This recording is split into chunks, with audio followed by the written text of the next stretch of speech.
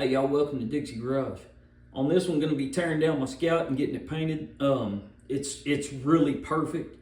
Like there's not a scratch on this bike anywhere. It was owned by an older lady, and so she took really good care of it. She was the original owner, and I mean there's not a scratch or blemish of any kind anywhere on this bike, not even a rock chip. It's crazy.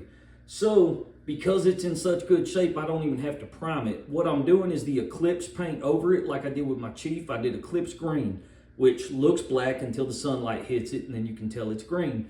This is Eclipse red. Scout's got to be red, man. An Indian Scout has to be red. They've done it since 1920, red Scouts. And so I'm going to keep it going, but we're going to do more modern.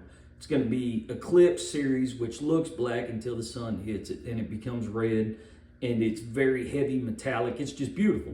But the thing about the Eclipse paint is it's got to be put over a black base coat. Luckily for me, this bike's already black. So all I really got to do is scuff it and shoot it and use the original black that's on there as my black base coat. I get to skip out on buying black base is what's really happening. And because there's no damage, not even a scratch anywhere, it's just got to be scuffed with Scotch-Brite. It doesn't have to be sanded all the way down and primed and whatever else, you know. So we get to skip straight ahead to the good stuff. Let's get started.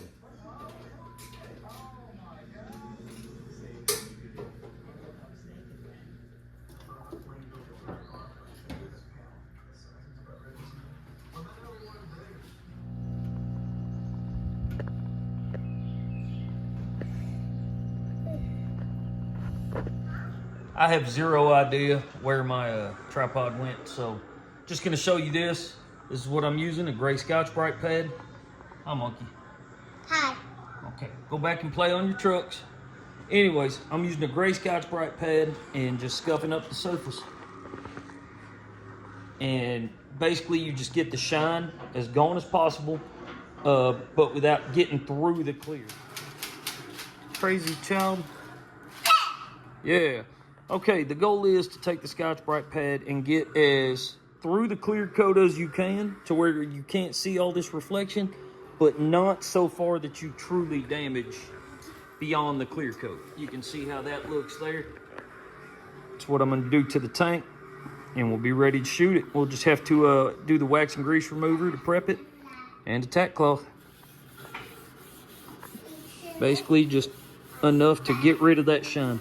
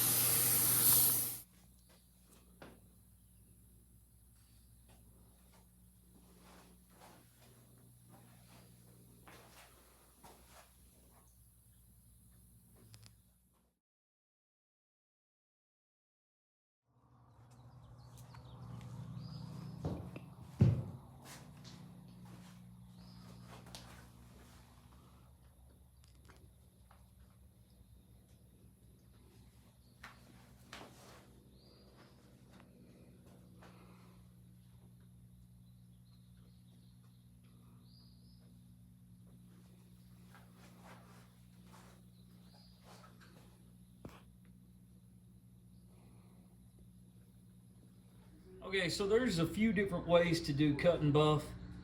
Typically what I do is 1200 grit on a 6-inch sander, and I just do it at a slower speed, dry, and that works great for color sanding. It's not really the right way, but it's a way that I've found that's a shortcut. You use more material, but you get it done twice as fast, which to me is better. You know, you can buy more material, you can't buy more time. So to me, faster is always better. Here is the way. I've never even done it on any of my YouTube videos, but this is the way we used to do it when I worked at a restoration shop, doing restorations on classic cars, you know, whatever, old Mustangs, Camaros, all the cool stuff. You do 1000 grit, and then you do 1500 grit. Now this is also the cheaper way, but it takes more time, a lot more time. You got to go over the whole thing with 1000 grit, then 1500. Some people do 2000, 2500, then 3000. I do 1000, 1500, and then 3000, which I kind of cut that out and I started just dry sanding it with the DA, slow speed, and 1200 grit, then 3000. I know it's confusing, but if you go to any of my other videos, you'll see how I do it.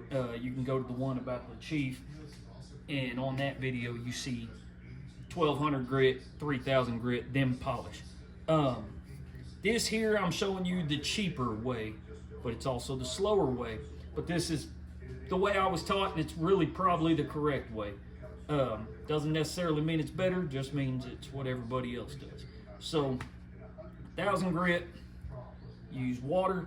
Don't let the bottle fool you. This isn't glass cleaner like it says it is. Just a bottle with warm water and 2 drops of Dawn dish soap. And what that does is it breaks up the surface tension so you can get through. If you use just water, you feel it kind of grabbing the paper. If you use the dish soap in there, it breaks through it pretty good. And so we got to go over it all nice and easy with 1000 grit. Some people go through first and pick out any spots where there's some debris, and they'll hit those down first. I just go ahead and hit the whole surface smooth, and then any remaining spots after the 1500 I work at individually. So yeah, do this 1000 grit, and then I'll come back and hit it all with 1500.